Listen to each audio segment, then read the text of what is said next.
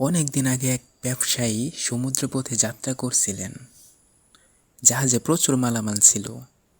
হঠাৎ প্রবল ঝড় উঠল, জাহাজ দুলতে লাগলো। সবাই ভয়ে চিৎকার করছে। ব্যবসায়ীও ভয় পেয়ে গেলেন।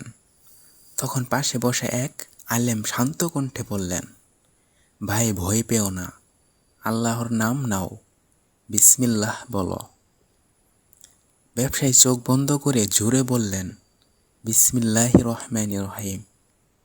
অলৌকিকভাবে কিছুক্ষণের মধ্যেই ঝড় শান্ত হয়ে গেল।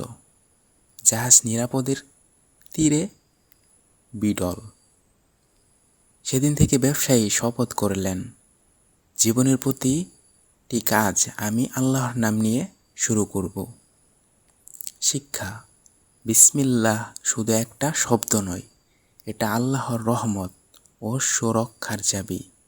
যে মানুষ প্রতিটি কাজ আল্লাহর নাম নিয়ে শুরু করে, আল্লাহ তার কাজে বরকত দেন আর বিপদ থেকে রক্ষা করেন।